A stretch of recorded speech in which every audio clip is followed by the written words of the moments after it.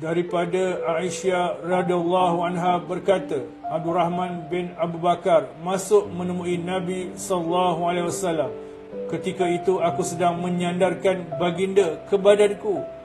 Bersama Abdul Rahman ada sebatang siwak yang masih basah, lalu dia menggunakannya untuk bersiwak.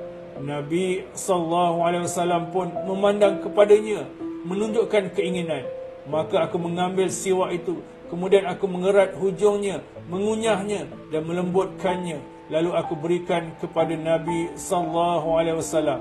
Baginda pun bersiwak dengannya, dan aku tidak pernah melihat Nabi sallallahu alaihi wasallam bersiwak dengan begitu baik seperti pada saat itu.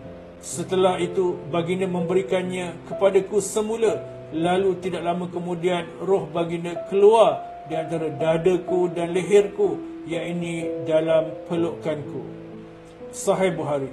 Begitulah lainan dan kesetiaan Aisyah hingga ke akhir hayat Rasulullah sallallahu alaihi wasallam. Begitulah intim, mesra dan berkasih sayang antara kedua-duanya.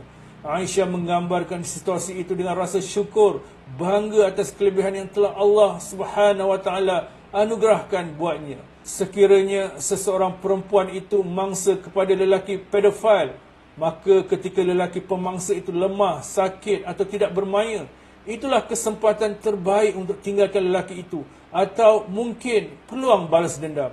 Wallahu alam.